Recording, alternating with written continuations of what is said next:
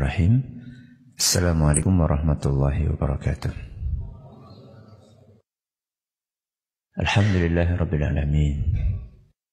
Assalatu wassalamu ala nabiyyina Muhammadin wa ala alihi wa sahbihi ajma'in wa ba'd.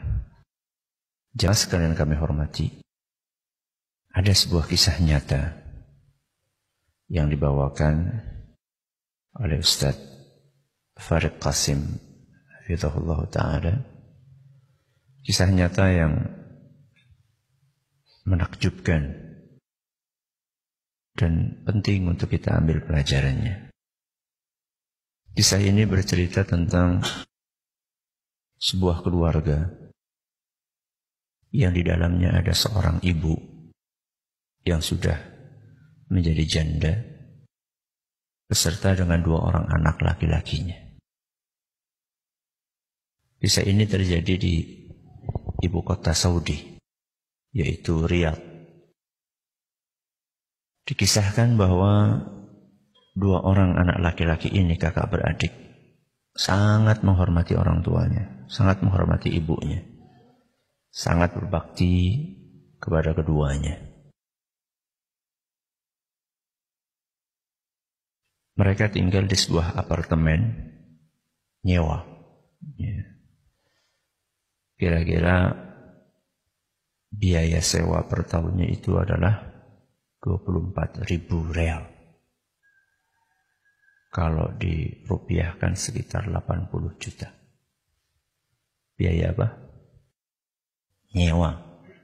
Ngontrak apartemen. Kakak beradik ini kerjaannya sopir taksi. Mereka berdua berusaha keras untuk nabung sedikit demi sedikit untuk membayar biaya apartemen tersebut. Siang malam mereka bekerja sampai terkumpul uang sekitar 10.000 real. Padahal kebutuhannya berapa? 24.000. 10.000 real kalau kursnya 3.800, 1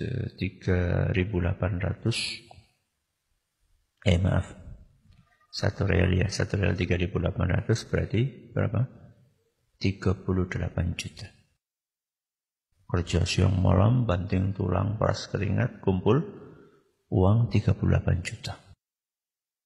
Uang yang sangat berharga untuk mereka karena itu hasil jerih payah mereka. Akhirnya uang itu sama mereka diikat pakai karet, kemudian dibungkus plastik, supaya lebih aman lagi dilakban sama mereka. Ini kan hasil jerih payah yang sangat berharga. Kemudian mereka simpan uang itu di bawah bantal. Di bawah bantal. Mereka berdua berangkat kerja. Ketika mereka berdua sedang bekerja, ibunya masuk ke kamar. Rapi-rapi kamar anaknya, bersih-bersih, nyapu. Nah, ketika sedang merapikan kasur anaknya itu, mau merapikan bantal, dia buka bantalnya nemu bungkusan plastik. Begitu dia nemu bungkusan plastik, langsung mukanya merah. Keningnya berkerut, marah.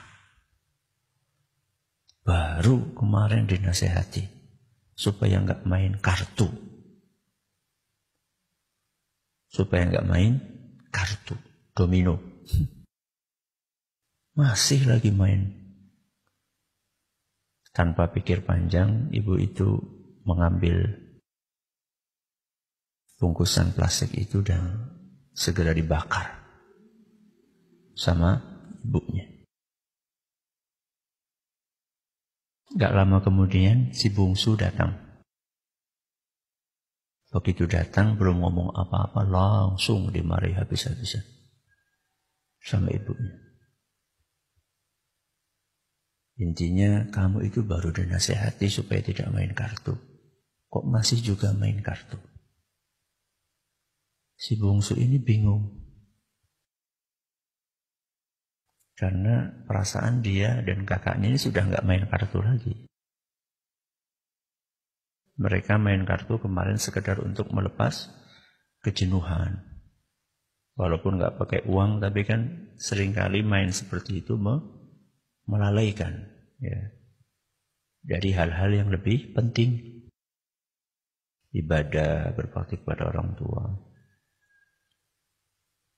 Maka karena anak ini merasa tidak main kartu, maka dia pun berinisiatif bertanya kepada ibunya, "Ibu, di mana menemukan kartu yang kata ibu dipakai buat main saya dan kakak saya?"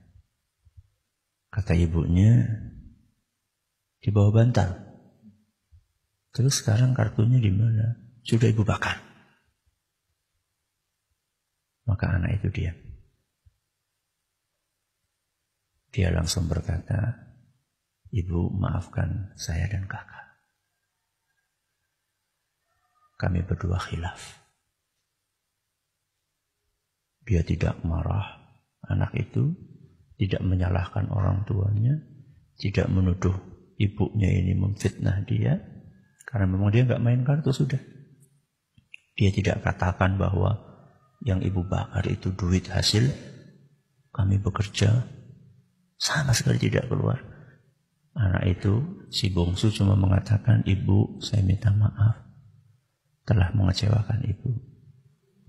Maka emosi ibunya itu ketika anaknya minta maaf langsung turun. Ibunya melanjutkan aktivitas yang lain. Tidak lama kemudian kakaknya datang. Si adik cerita tentang kejadian yang tadi. Kakaknya langsung bertanya, "Apakah kamu jelaskan kepada ibu kita bahwa yang dibakar sama ibu itu uang hasil kerja keras kita?" "Tidak sama sekali," kata si bungsu. "Saya cuma minta maaf. Alhamdulillah ibu sudah tidak marah." Apa kata kakaknya? "Bagus. Jangan pernah membuat ibu kita sedih. Beliau sudah capek ngurus kita. Dari kita kecil. Kesalahan kita kepada ibu kita lebih banyak dibandingkan kesalahan beliau kepada kita. Kesalahan yang sengaja kita lakukan kepada ibu kita. Kesalahan yang kita sengaja kepada orang tua kita lebih banyak dibandingkan kesalahan yang tidak disengaja oleh orang tua kita kepada kita.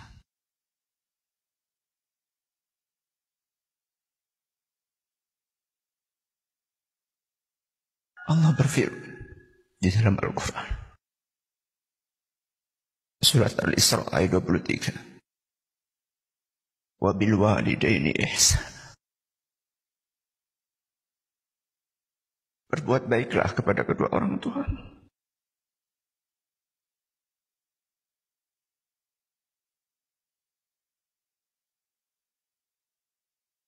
Berlatihlah untuk tidak membuat sedih kedua orang tua. Ayah kita, ibu kita.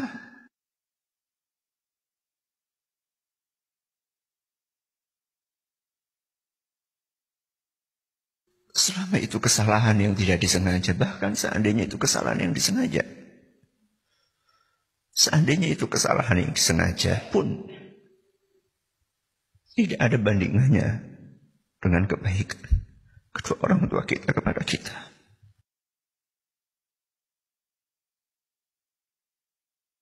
Pengorbanan mereka berdua untuk kita jauh lebih besar dibandingkan kekhilafan mereka kepada kita.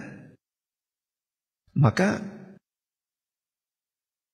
berlatihlah untuk tidak membuat sedih orang tua. Apalagi hanya urusan-urusan duniawi, bukan urusan akhirat, bukan kaitannya dengan dosa dan maksiat. Anak itu sebaiknya mengalah kepada orang tuanya. tidak menggurui orang tuanya, tidak suka menyalah-nyalahkan orang tuanya. Kita ini mengaji, belajar agama, itu untuk memperbaiki perilaku kita, terutama kepada orang tua kita. Terus apa manfaatnya ketika kita sering ngaji, akan tetapi perilaku kita kepada orang tua kita tidak berubah? Apa manfaat kita mengaji? Orang yang paling berhak untuk mendapatkan perubahan baik sikap kita setelah kita mengaji adalah orang tua kita. Sebelum teman kita, sebelum rekan kerja kita, mereka yang paling berhak untuk mendapatkan tutur kata kita yang halus, sopan santun kita. Jangan merasa kita sudah punya ilmu ini, ilmu itu, tahu ini, tahu itu. Kemudian kita rendahkan kedua orang tua kita. Karena kita melihat orang tua kita belajarnya nggak banyak. Mereka nggak sempat belajar. Karena mereka sibuk ngurusin kita. Mereka nggak sempat belajar karena harus banting tulang untuk menafkahi kita. Jangan pernah kita merasa lebih tinggi, lebih hebat, lebih pintar, lebih banyak ilmunya dibanding kedua orang tua kita. Ada kesalahan ini, kesalahan itu, ditolerir, ya, dimaafkan. Kalau kita ingin memberitahu sesuatu kepada orang tua kita terkait dengan masalah agama, dengan bahasa yang baik. Jangan seperti seorang anak TK yang menggurui gurunya. Jangan. Ya. Bahkan ketika kita meningkatkan bakti kita kepada kedua orang tua kita, itu adalah merupakan salah satu cara terbaik untuk mendakwahi kedua orang tua kita. Ketika orang tua kita melihat, Masya Allah, anak saya setelah ngaji, semakin halus tutur katanya, semakin sopan, maka orang tua sendiri akan tergerak hatinya. Nak, kamu belajar di mana?